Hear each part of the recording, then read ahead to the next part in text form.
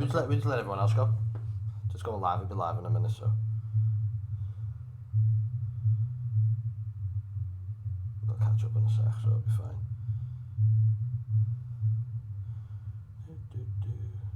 See?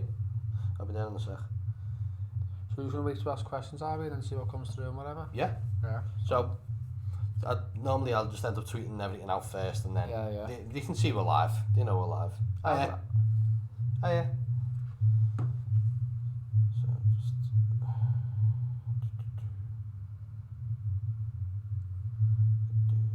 Normally just end up getting people involved.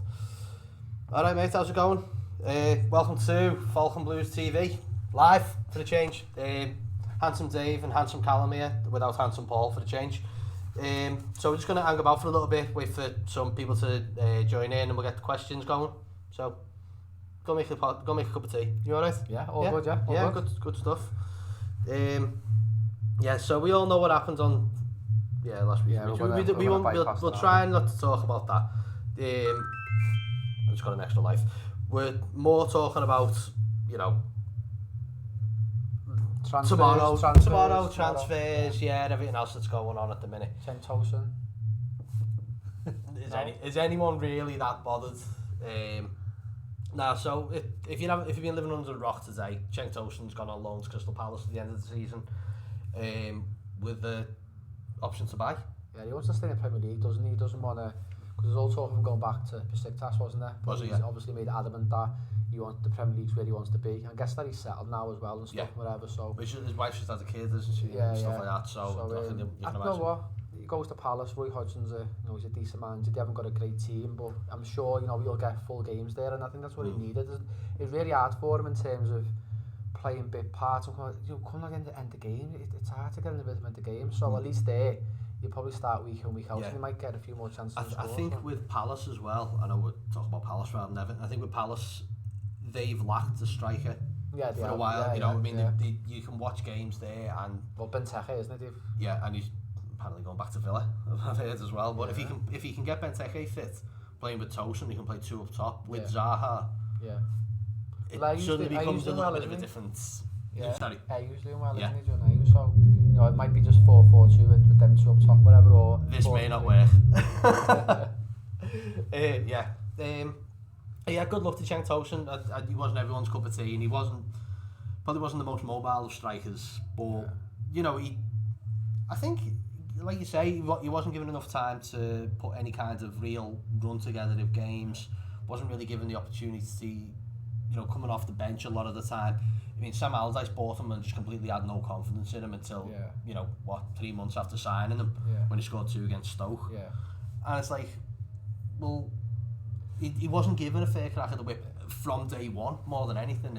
I think the problem that you had is, like, Dominic Calvert-Lewin, he's got a little bit of pace, but him and Tosun are very similar types of players, like the way that they play. So when you played them two up front, it just didn't work. No. So that was the problem, that he couldn't get on the pitch really. If it would have been him and something a little bit quicker, he ran him behind a little bit more, he probably would have got more game time. Yeah. So with Tosun out, who do you think is due to come in? What, in terms of replacements? Yeah. You just don't know, do you? You don't even think that if we're going to get someone, it's... Where do we go from here? Loads of talk of, raiding Italy in terms of Napoli and all them, and obviously James Rodriguez, potentially and stuff. If he comes in, though, you're looking at, us playing with a number 10. So changing the formation and stuff. So, but again, you can still do that 4-4-2 press out of possession. So with him and Calvert-Lewin potentially, and then Richarlison on the left. There's loads flying around at the moment, and I think Everton will be keen to be getting players in. But again, it comes down to the financial fair play as well. And with Crystal Palace though taking Tosun, it'll take a little bit of wages off us, because they'll pay a certain amount potentially of his wage. So it's wait and see. But it's one of them, when you get someone from Italy, my problem is getting someone from abroad is how long are you going to take to adapt? Yeah. You look at Moise Kean, people saying that he's potentially not good enough, and he could, not last at Everton. So we need someone to hit the ground running. So straight away, it's going to be getting someone from the Premier League, obviously near the bottom maybe, or from the top 4 or 6 who isn't getting a game. Yeah. or maybe someone who's a top player in the championship. Yeah. You know, like the likes of Bowen from Hull or someone like that. I did see one option which did sound quite... Oh, actually, that doesn't sound too bad. Stephen Nzonzi. Yeah, he's a big You know, he has played. He's played in the Premier League before. He's been linked with us a lot, hasn't he? A few seasons ago, I think, when Callum was there, as a mobile midfielder to get around the pitch and stuff. Yeah. So. Will we play? Do you play? Was it Valencia? He was at. He went to Sevilla. Sevilla. And he played in the friendly at Goodison. Yeah. And absolutely bossed it. Yeah. And we were like, why did we sign this cat? You know? He's a prime example of a player who is mobile. He can get around the pitch. You know, and is strong, and he's an athlete, and I think that's the type of players now that we need to look to buy, rather than these players. Like, you look at Klassen when he was here, again playing as a 10, very similar to Sigurdsson. You know, can't get around the pitch, can't travel with the ball. You know, you look at the last number 10 that we had, who could actually travel with the ball and really run and counter-attack properly, was Barkley. Yeah. And since he's gone, we've never really had, and obviously Delafeu was quick, but he didn't play as a 10, he played as a wide player. Man, yeah. So we've never had, you know, Sigurdsson coming in, yet, you know, he gets assists in terms of from corners and free kicks, but in terms of number 10, didn't do enough for me. Yeah. Well, I'm getting something is that people can't hear us. Are you sure? Do we need to shout up or speak up? Let's try doing this a minute.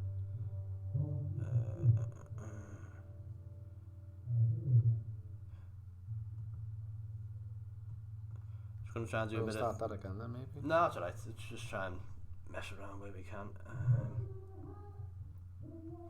Can you hear that fella downstairs?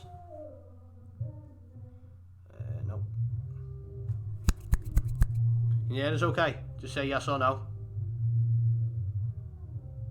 Alright, it's probably Everton FC is the best. Turn your mic up or put your earphones on, mate. So, good to see you. What position do we need to strengthen first? Defence, centre mid or goalie?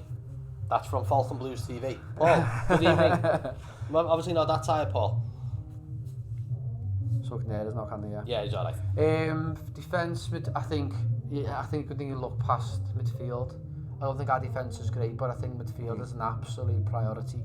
You look at the options now: Schneiderlin, Sigurdsson, and then Tom Davis, who most people hate. Yeah. But for me, should have played the Merseyside derby. You had two players who were proper through and through Evertonians who would have given it their all. In him and Baines, both of them on the pitch. So we again, you know, there's nothing in that midfield. And I think that's a priority area for us going forward for the rest of the season. And I know we've got Gomez and he's come back, Gabaman, but how long they're going to be out for now? I still don't think we'll see Gabaman. Yeah, it's a little later part. Yeah. Ever see him? I think it's going to be another Anthony Gardner. Someone said the other day, what's happened to Gabaman? Has he been killed or something? Because there's no been tweets about him or ever mentioned nothing. So there's no. Yeah, I think midfield, but for sure. I think even looking at that, I know you mentioned Davis and you mentioned Baines before. I reckon if you know the way Klopp effectively put out their under 23s, I think if we'd have done the same, I think we'd have had a bit more fight out of that side. Yeah. Obviously we know we were going for, you know, we needed to progress into the next round, but I still think that it almost felt like Klopp was taking the piss, and you can see that he'll probably end up doing that in the derby at Goodison. I think unless we shape up, we'll shit out again. I think the defining moment was we had real good chances in that first half. Let's not forget that. Oh yeah. And for me, Holgate should have buried that chance that he had. He should absolutely bury it. But once they've gone in at half time with all that inexperience and all them young players, Klopp said to them and gone, it's 0-0 here. You can win this game. Yeah. So straight away, it's like, bloody hell, we can actually win. So then they came on second half, they started being more aggressive, they pressed us higher up the pitch, we couldn't play out from the back. And it was poor really. I know Ancelotti is a great manager and he can do whatever he wants to do. I just thought we were a bit naive at times. You know, I watched it back and when they scored, they had a corner where we've left Keane up top, and from Pickford catching it to then putting it down to releasing it, and obviously he's falling over and kicking it long, it ended up in the back of our net 47 seconds later. But the prime example of that is when he's kicked it long, it's gone through to Adrian, it's gone to Nico Williams. We've got no leaders. So our defence didn't run up the pitch. So we've stayed really deep, allowed it then to go to Nico to do a cross-field ball, and all our players are on the 18-yard box, and that's where the goals come from. If a proper captain in that back line once that's cleared of the field, which Pickford should have done in my opinion, they would have all run up 10, 15, even 20 yards, and that goal wouldn't have happened. Yeah. And Evan had 3 chances there where he regained possession, and it's been a bit scruffy, and they haven't got the ball down to play. Yeah. There was 3 opportunities there, and we didn't take them to win the second ball. But I think as well, I know you're saying from where that stemmed from Pickford, there's a whole host of other things, but from not being that high up the pitch, you looked at, and the video that's gone around of Schneiderlin, where he's literally just, it's like he's as close as I am to you, and he's just watched and waited, and then he's gone in for the tackle, and just feigned an injury, and it's like, mate, no one really hit you there at all, and then, he's buried it. It's a cracking goal. But even off the first bit, I think it was initially gone into cases. For me, Mina isn't strong enough. It sort of goes in, edge of the box, get tight, defend, and he sort of jogs to him, which is how Davis then play it back to Origi. So again, for me, Mina's more aggressive there. That chance doesn't happen. Yeah. Dave moves slightly to your left, and Callum too. Yeah? Yep. Cheers, Jay. He's only next door. So is he? Yeah. Can you see through walls? Yeah. You mentioned before about playing out of the back. Yeah. And how we were pressured in that second half so easily, and it was very. It was easy. We made it easy for Liverpool to step up, to just literally take the game to us and put us on the back foot. Yeah. What's your opinion of this whole magical? Well, now the defenders can come into the 18-yard box and pick the ball up on a goal. Well, I analysed the goal, and someone tweeted me from a fair play. They said, well, you don't know that's happened because you're sending stills through. And I said, well, obviously I've watched the game back. These aren't just off Google Images.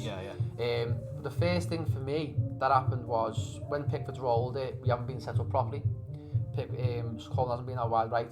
The problem is when you watch it back with Holgate and Mina, they're really close to Pickford, which makes it easy for the front 3. So the front 3 press, and then what happened is then with their 2 midfielders, so not the bottom of the vertex, it was the top 2 players, they latched on to Sigurdsson and Schneiderlin. So when they were coming into the pockets, they would do a mark man for man. So Holgate and Mina should have gone to the edge of the box and down the line to then receive, to then make them 3 try and pressure the ball, for them to have more space to play in behind. When Pickford's got it, Dean's been behind their left forward, who was Elliott. So he's out of the game. He's standing directly behind, so he's not an option. But the option was, if they would have split and gone to the edge of the box, it could have been a pass into Holgate, wall pass back, and chipped over Elliott into Dean, because Dean is an absolute agent. Because they played with the 3 central, there was no one on Dean, and that's how he should have played out. But the body position of Holgate for that passing out from the back in one of the instances was terrible. Because we talk about, when we're working in an academy, work on body shape and how you receive the ball. When Holgate receives it from Pickford, he's facing Pickford virtually, so we can see Coleman there, you can see Schneiderlin and Sigurdsson. He hasn't got what you call an open body shape, where it's opening them hips. If he opens them hips and receives, he can probably maybe dink one into Dean, but he can see the whole of the pitch. So once it comes, simple stuff though, mate. It's professional, and it's all fine details. But once it comes into him and he plays it into Mina, Origi goes and presses him really quick. Mina rattles and goes, what am I going to do? Knocks it back. Holgate's still in that same position. He can only now play it across that way because he's got pressure coming from one side. He plays it long, goes out for a throw-in, and that was our downfall. Throw-ins, corners, loss of possession because you couldn't play from the back. So that's what happened. So Anthony Gordon tomorrow maybe, and would you drop Luca Dean for Baines? You know what, James Williams, absolutely great shout. I spoke about this before about, I know Dean's meant to be carrying a little bit of an injury, and I know that there's been a lot of changeover from Marco Silva being very methodical and how he planned sessions, and the sessions for me were longer. He'd come in early, the players would be there, the players would leave late, sometimes double sessions. And obviously Dean was signed by Marco Silva, who we really respected, but obviously I think Silva was a bit too soft at the time, the players had it too easy. I think Dean, one, he's underperforming in an underperforming team when you need them players to step up. I think he's carrying an injury, but for me, he doesn't look right. No. And I hope that he stays, but I think the whole change of manager, like I went to the game against Burnley, and I researched them, like, why has that happened? Burnley came out at half an hour before the game kicked off. Everton were nowhere to be seen. Burnley have warmed up, I think, for 15, nearly 20 minutes. And in that time, Everton then just came out. They came out, done a run. The substitutions now don't do a warm-up. They come out and have a kick around. Right, yeah. So the only one who come out was when Baines came out, he done his own warm-up. Michael Keane was bloody playing heads and volleys or something on his own. Yeah. But the reason behind that, it's a European thing where you don't believe in the subs warming up because they're not going to go on for like 60, 70 minutes. So that's the reason behind it. But the warm-up was really short. And I read up on this and I was like, why Burnley out and doing like loads of running, really intense. And Everton just looked like they came out, done a little jog, bit of passing, then it was back in. So they were out later than Burnley, but back in before Burnley. Yeah. But supposedly the way that Ancelotti's changed his thinking is this fitness coach is, it's not about working too hard, it's about being clever. I think that's something training smart is the one. But that's when all the problems happened at Napoli and at Bayern Munich. Yeah. Because Robin went behind his back and started doing double sessions because he was like, we're not trained to intensity that Pep Guardiola had a training too. We're now at a level where, you know, it's sort of, Robin said his kid does better sessions with him than what he does, but it's meant to be train smart is his way forward. I suppose I'm going to harp back to that shower because it's a good example. They're not. I mean, everyone's going on like, how the hell are they so fit throughout the whole game? Yeah. They're playing smarter. Yeah. They're not pressing. They're just making it look like they are. Like they're just stepping up higher up the pitch and making it awkward. Like you said with Holgate before, not opening up and then having Origi up his back. Just it's playing that smart football. It's just, and then you look at them and go, well, why are they suddenly still running at 10 minutes to go? Yeah. Because they haven't really exerted themselves. They may have covered the ground, but not again. You look at the players, the athletes. Yeah. Man didn't play in that game, but the players they're recruiting now, right the way through, are absolute athletes who can run all day. They recruit players in a different way. They look at absolutely everything. They look at when you regain the ball higher up the pitch, what they then actually do with it. You don't go on just basic stats. It's how they wear. How many injuries that they have, all that kind of how long they can last games. Example of Naby Keita, another one who can just run all day, absolute athletes. But I think it's not just down to recruitment for Everton. I think the situation lies deeper, and I think Laura Woodsy from Sky Sports, I think her sister or cousin rang in, because she's an Everton fan, and said the right thing. She said, the problem's deeper than recruitment, it's the whole way through the club. And we've said about Arteta going to Arsenal, the first thing he wanted to change at Arsenal wasn't the players, was the culture at the club. To get a winning mentality, have everyone singing off the same hymn sheet from bottom to top. Yeah. And I think Everton haven't got that. Liverpool have brought young players in. They played exactly the same way as Liverpool first team play. They pressed exactly how the first team played. They played with some confidence, oozing confidence of some of them players have never played a Premier League game or against the Premier League opposition. They look head and shoulders. But fearful. Didn't fear anything. And I don't think Everton. I just don't. It doesn't run down. I think it's the first teams there, under 23s, 18s, and then that's it. Yeah. There's no structure all the way through, and you'd even see like little signs in Anfield of like, this is our philosophy, this is how we play, we train hard, work hard, and all them players coming through buy into that. But Klopp has created that. It took him 3 or 4 years to do it. Same with Pep Guardiola, and now what Arteta's going to do with Arsenal. Yeah. And I think that's the long-term plan for Everton. You've got to get to the root of it. It's not just about buying players. Now, do you think having the chopping and changing that we've had for so many years managers has been the catalyst of it? Because you look with Moyes, and all right, we didn't play the greatest football, we didn't play the most attractive, but we played with not to go out and not lose was effectively Everton's game. But I think again that was just the first team. I don't think that boiled down to the rest of the academy. Exactly, and that's when you saw players like Rodwell, who was absolutely flying in the under 23s. Yeah. Baxter, under 23s. Yeah. Right up to that age. Yeah. We're knocking balls in left, right, and centre and scoring goals for fun. The likes of go back Callum Hope, one of the younger lads who plays for the 18s. I think he's now at Reading. Yeah. Don't quote me on that because I think he's moved clubs since. Knocking in goals for fun. I remember when I was at Finch Farm one time and Callum was playing for the under 16s and had scored 2 goals.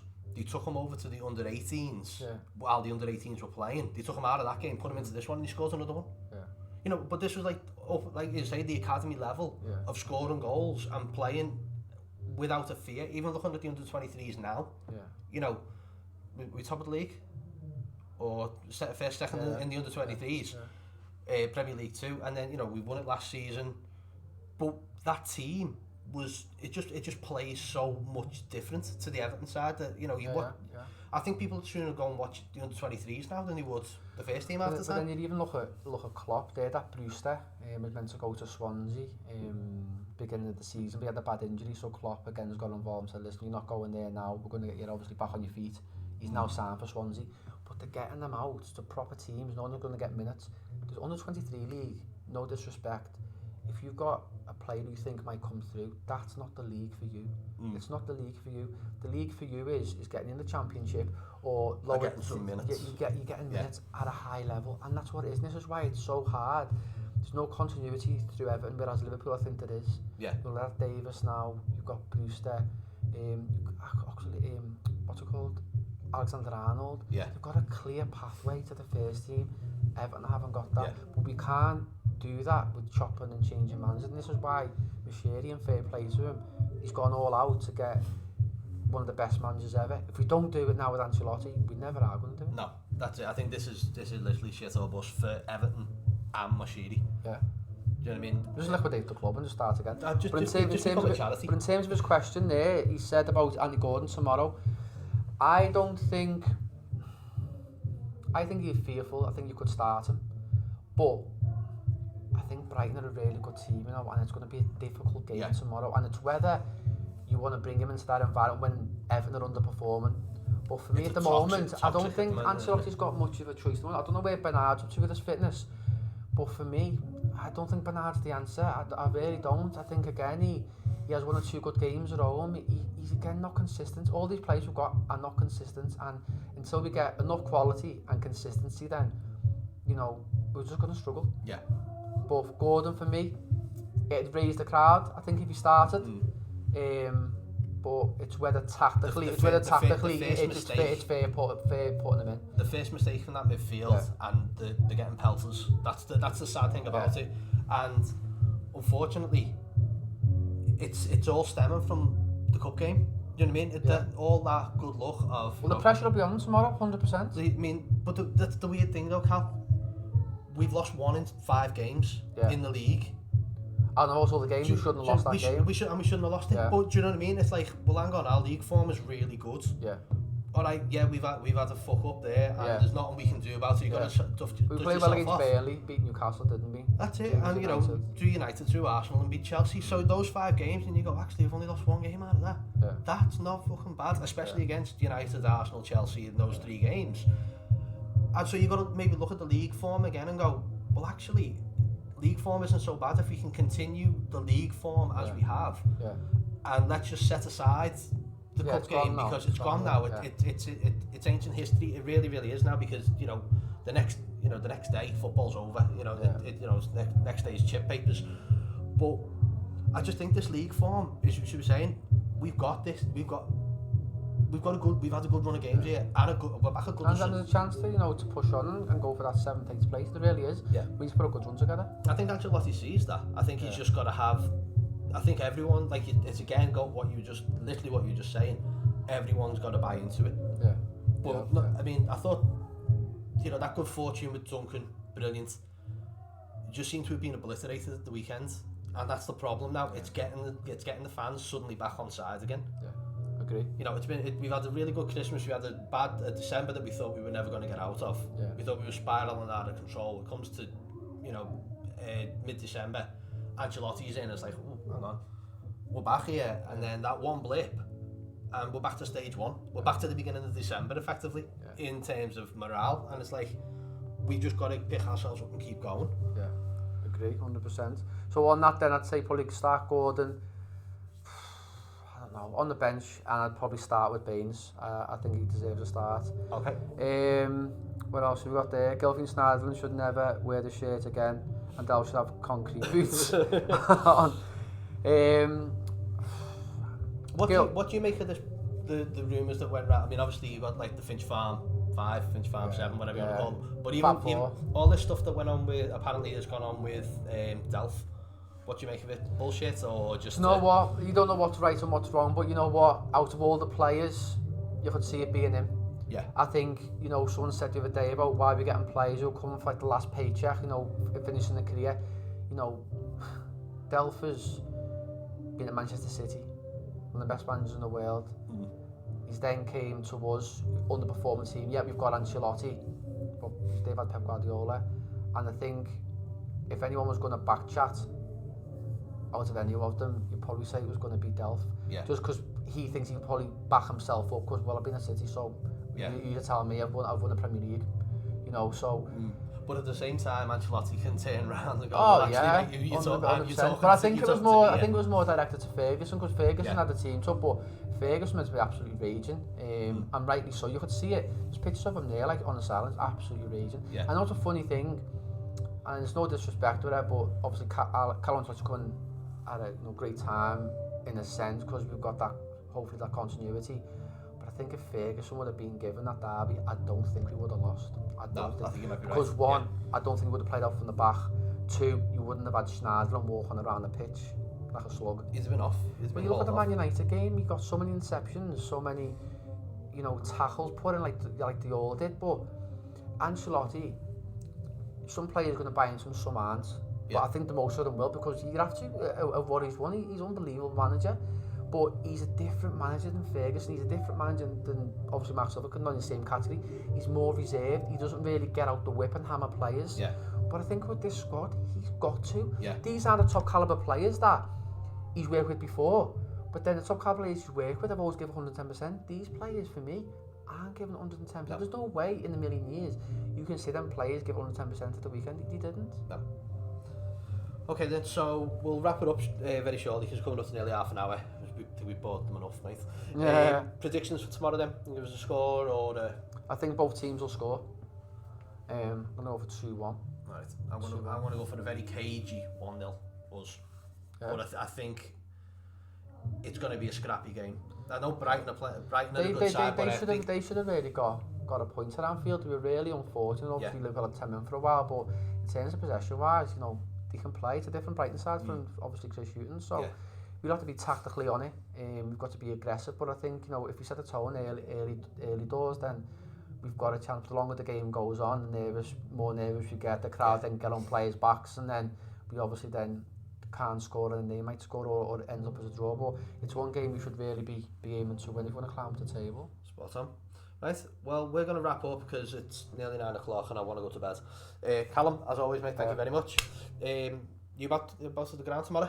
Not at the ground tomorrow, but I'm sure be there in spirit. Yeah, there is spirit. But like next week we can do some more stuff and have a chat about the game, and hopefully it's a better result this time. Yeah, so keep an eye out.